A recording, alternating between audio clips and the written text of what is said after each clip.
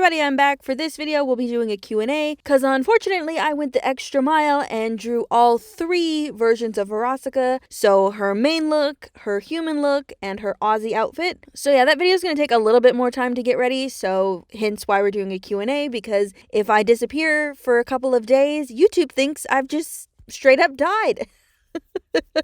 And I can't have that. But I also like doing the Q&As as well. It's a nice little break for me, especially considering the fact that you guys get to see what I draw in my free time.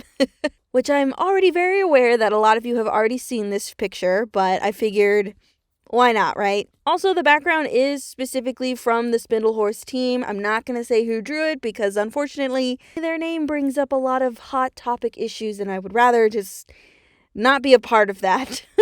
But anyway, yeah, this is Love Shark, and for those who don't know, that's the ship name between my Sona/OC BB and Alive AU Chaz. So originally, this piece and another piece that I already made were going to be tied together. However, the voice actor of Chaz has a series called Who Fan Arted, and the prompt was different reality or whatever, and I figured, oh, I already drew Chaz and BB human anyway, might as well just submit that. But yeah, let's move on to the questions, because that's the fun part of this. Question 1. Firstly, I adore your artwork. Thank you. And I have a few questions. Hit me with it. 1. If you had to change only one aspect of Hello Boss, what would it be? I would probably change the Stolas and Blitzo meeting as children timeline. I don't really think it works the way that the writers want it to work, especially since season 1 made their relationship a little bit more interesting, and having them know each other as children just kind of like ruins that dynamic in a way. 2. Which character in Hello Boss has the most wasted potential and why? You're all gonna hate me, but Stella. Like, don't get me wrong, I enjoy the way that she is. I enjoy her being this angry bird woman. But there was a lot of really cool story elements that could have happened with Stella. However, they're just flattening her day by day, and I'm just like, you could have been great. 3. This is for Love Shark. What does Chaz like most about BB and vice versa? Okay, so Chaz really likes that BB genuinely enjoys his jokes. Like, she's got the sense of humor of a 13-year-old boy, so she thinks a good chunk of his jokes are hilarious for, like, no particular reason, and he just gets so excited that someone actually likes his jokes. As for BB, the thing that she likes the most about Chaz is, like, his height. And it's such a superficial thing, right? But like, she's an imp and half seahorse, so it's just like, she's kind of jealous that she's not as tall as him, but she enjoys how tall he is, you know? But something that she does really like about him that is less physical is his voice. Does that count as physical? I don't think so. But seahorses are very musical, so the fact that Chaz sings just like really makes her happy. Question 2. Are you ever going to make mini comics or comics of Love Shark in your version of Hell? Probably, considering the fact that I am working on the Ask blog for Love Shark, which will be coming relatively soon, considering I will be on vacation in July. So I figured I would open it like 2 weeks before I leave, so yeah. Question 3. I have multiple. I hope it's fine. As long as it's not more than 10, we're good. 1. What's your favorite and least favorite part of the drawing process? Line work. I hate it. I hate it. I hate it. It's not fun, and it takes me forever to do because I'm very anal about my line work. 2. Are you looking forward to meeting Barbie Wire in Helva? I guess. I mean, in season 1, I was a little bit more excited, but I don't really think that much about Barbie Wire, considering the fact that we only got to be introduced to her in the pilot, which was just the picture, and I'm kind of irritated that the flashback didn't include her as well, because it's like, this is Blitzo's twin, where is she? Why is it just Blitzo and Fizzaroli? I don't understand.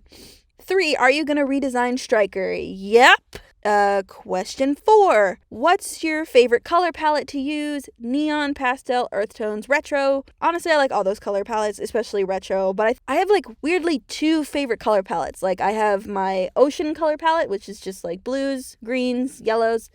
Yes, I include yellow. But I think my absolute favorite that I always go to is neon. And if you look back at my previous work, you will see that almost a good chunk of my work is very saturated, very neon. And it's because I prefer to work with neons, even though I know I can't. Question 5. Can you tell us about what it's like making costumes and sets? That sounds really cool. So the costume process is a little different than you might think. Depending on the show, we usually just recycle old costumes or add to previous costumes or upcycle clothing that we have found. However, for bigger productions like summer productions or winter productions, we will go out of our way to make the costumes. However, it is split up. And usually I'm on the department for alterations, hemming, but most of the time I'm with the art department when it comes to costumes where I'm sketching out or finding patterns. A good chunk of what I do is mostly researching. As for sets, I am not a part of the building process. I'm a part of the painting process. However, I was a part of the building process once or twice, but it was mostly like detail work. So a little bit of sculpting, a little bit of woodworking. But sets was a lot more fun than costuming because even though I did work by myself, I had full control of color and concept. But sets are fun. Sets were fun. The times I did get to help was a lot of fun. Though I did get high a lot, and that was mostly from spray paint. So if you ever plan on painting sets, please get a ventilator mask. Question 6. I've got 2 questions, one related to art and one about indie animation. 1. When you said anatomy and character design is important, I'm a little confused because isn't the point of character animation is that they squish and stretch? Both of these things are important. They need to go hand in hand with one another. Squash and squish are a very big part of animation as that's what gives characters their bounce. Like that's what makes them move and make them fun to look at. Squash and squish is important, especially when you're doing like fast-paced motions. However, anatomy is also important because you don't want your character to look like they're made of broken bones or like their arms and their shoulder do not connect to each other whatsoever. Like you want a healthy balance of both of these things. Because if they're being still and their anatomy's all wonky, then like that's not okay. However, the character's moving really fast or doing something really crazy, the anatomy can be whatever it wants. But if you really want more deep dives, I recommend these videos because they'll probably explain it way better than me. Part 2, what are your thoughts about indie animation studios pushing forward and showing their original ideas while networks are stuck with reboots and rebrandings? I fully embrace it because at this point, studios don't know what they're doing. Like, I'm so tired of reboots. I'm so tired of rebranding. I'm so tired of plain Jane, boring ass cartoons. Like the newest thing that's coming to Disney looks like utter garbage. And I'm sorry to those of you who are excited for it. I don't really think it's going to be a good show. I really think it looks cheap. I also really think the story is kind of too similar to a current show that's already here on YouTube. Like, it just looks bad. Whereas indie shows like Hell of a Boss, Lackadaisy, Far-Fetched, Long Gone Gulch, like those are really good ideas and I really wish those were actual shows. But I do really like the idea of more indie companies coming out with their own work versus studios that are just like slapping shit together and calling it a day. Question 7. What other series would you like to redesign their characters? Like, for example, the Powerpuff Girls, My Little Pony, and Villainous. There are too many options to choose from. You are right about that. I get this question a lot, and most of the time it's, will you redesign the Owl House? Will you redesign something else? And I'm like, I really don't know. I know one person did ask me a question similar, but they added, like, Disney characters, and I was like, ooh, that could be fun. Though I might have to wait until the hype of The Little Mermaid is over so I can even attempt to do that. But the My Little Pony one sounds like fun, and the Villainous one sounds like fun, because those two shows, oh my god, they're so good. But My Little Pony... Oh, My Little Pony is just copy and paste, man. We already know. Question 8. How do you feel about A24's lack of advertising for Has-Been? I am not surprised.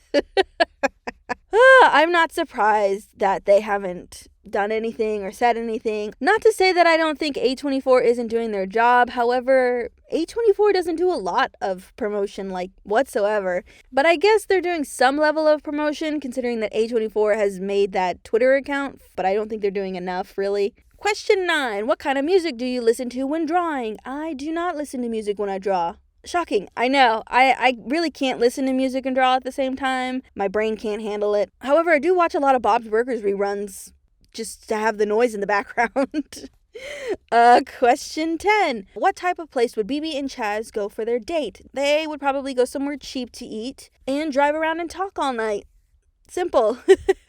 Question 11. Have you ever thought of redesigning Owl House characters? I have indeed. I just don't know who to start off with.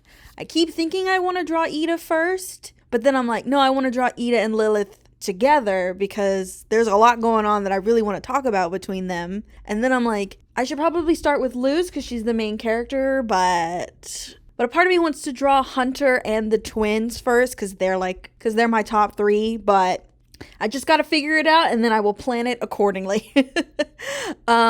And have you ever thought of watching Murder Drones? Murder Drones helped me cope through the Owl House finale. Funny enough, I already watch Murder Drones. I've been following that channel ever since they posted that monster western, which I really wish they would also focus their time on that as well because it's still funny. Like, I went back and watched it again and it still holds up. But yes, I have watched Murder Drones. I absolutely love it. I think it's the most adorable thing in the world. I freaking love robots. I like them all. I think Uzi is one I'm gonna have to learn to love because I have a weird feeling with her. Maybe it's just because I don't understand where the story is going, but the humor is hilarious. The amount of work and effort that goes into everything is really cool. I think the pacing is a little too fast, but other than that, I straight up adore it. Question 12. 1. If you had a spark of inspiration for it, would you redesign some FNAF characters? Maybe. If I had the spark of inspiration to do it. But so far, I really like the characters. I'm not super good at horror in general. I may try and do FNAF Security Breach because the designs are really cute and I absolutely adore 80s shit. So I may or may not. It all depends, really. 2. What are some things you do and don't like about FNAF? The things I do like about FNAF are mostly design-wise, because that's just me, because I love a game that has really good design qualities. I really like the animatronics. I like how everything is set up. I love that, all the locations look like real places that I've been to, because I was one of those 90s kids that used to go to those stupid places for birthday parties. But the thing I don't like about FNAF is, the weird timeline. None of the video games line up with each other and none of them make all that much sense timeline wise, if that makes sense. Sometimes the lore is just a little messy and I wish they would clean it up just a little bit, but that's about it. Question 13. For Love Shark, what movie do they both like to watch together? They like to watch Jaws, and for them it's not a horror film. For them it's a sad documentary because that's how they think humans act. For drawing, what is your most favorite redesigned / reimagined character design for Hazbin Hotel and Hell of a Boss? So for the Hazbin Hotel one, I would have said Angel, but because you included the reimagined, I'm gonna say Lucifer because god damn, I didn't mean to make him that hot, but I can't stop staring at him. And for Hell of a Boss, I haven't done everybody yet, but currently it is still Stella, though we'll see later on when I work on the rest of everybody else, so... Question 14. What's your favorite type of character in terms of personality? I weirdly like the angry character. I know that seems weird, but for me, when I was in middle school and early high school, I had insane amount of rage. So whenever I see the extremely funny angry character, I'm either that's me or that's my full-on child. Carcat was my favorite. Bakugo is my favorite. Every fire character was my favorite. Raphael is my favorite. I love the overly explosive characters and I can't help they're just my favorite, all right? Question 15. Out of all the headcanons and stories you have made, which one would you like to see become a series? 100% my Scooby-Doo Next Generation series. That's the one that I would 100% love to just see actually become a thing. Plus it's the only one where I actually made all the designs myself versus redesigning other people's work. The Next Generation is attached to an already existing franchise, but I find that I'm a lot better at working on projects that already have existing lore. Making up lore by yourself is a little bit harder when you're basically coming up with everything on your own, but I find that collaborating or using already existing lore is a lot easier for me. And helps me make sure that I don't go way overboard as I normally do, because the last project that I did where I included a lot of lore, it just became way too much, and at some point it was just what am I even writing? 2. Is Chaz still his Chaz self around BB, or is he much more laid back after his incident? He's a combination of both. In the beginning, he's more terrified and standoffish because one, he can't talk to her, and two, he's basically bedridden, so he's just like kind of nervous around her because he has no idea what she's planning to do to him. But after he's reached a stage where he's pretty healed up, he starts showing a little bit of his original personality, but he's trying his best not to act like that because that's what always seems to get him into trouble. But then he starts to slowly act more like himself, but like, though he's like 20% less annoying than he usually is. Question 16. Have you seen Arcane? And if yes, what do you think of it? I have seen Arcane, and I think it's the most wonderful thing ever to grace the screen because, oh my god, the design, the background, the artistry, the fight choreography, the music, holy crap, the music. Everything is just absolutely perfect. Like, I have zero notes. All the characters are so fleshed out and just so creative. Like, I'm outing myself here, but I used to play League of Legends, and the game is fine. You know, it's a game. But, like, the fact that they were able to take this semi-boring ass game and turn it into this masterpiece of a show is just, oh my gosh, insane. Like, it's so good. I love it all, honestly, and I cannot wait for season 2, and I am so incredibly proud and happy that Arcane won a freaking Emmy. Like, do you know how rare that is for a show that is not Disney, Pixar? But I'm so happy that Arcane won. Like, they deserve it. Oh man, Arcane is the best. Seriously, I cannot wait for season 2. I'm so excited. Every time I get a little bit of news, I'm like, ooh, I cannot wait. I'm so excited. Ugh, makes me want to play the game again, but then I'm like, the game is not as good as this. Oh man. Okay, that's the last of the questions for now. Again, I really wish I could have gotten to all 200 of you again. But if I did that, we would be here all day. And I really got to get started on the Verosika video because I have this window of opportunity and I'm not about to squander it. So I need to go get to work on her. And after Verosika, I haven't really decided who will be next, either Striker or Fizzaroli. I know Blitzo and Moxie will be coming after I come back from my vacation in July. So that's why they're not next, but they are coming. So bear with me. But yeah, let me know which one you would prefer to see next, either Striker or Fizzaroli. Other than that, remember to like, comment, share, and subscribe. It really helps out the channel and me. I hope you all have a super fantastic day, and I'll see you guys in the next one. Bye!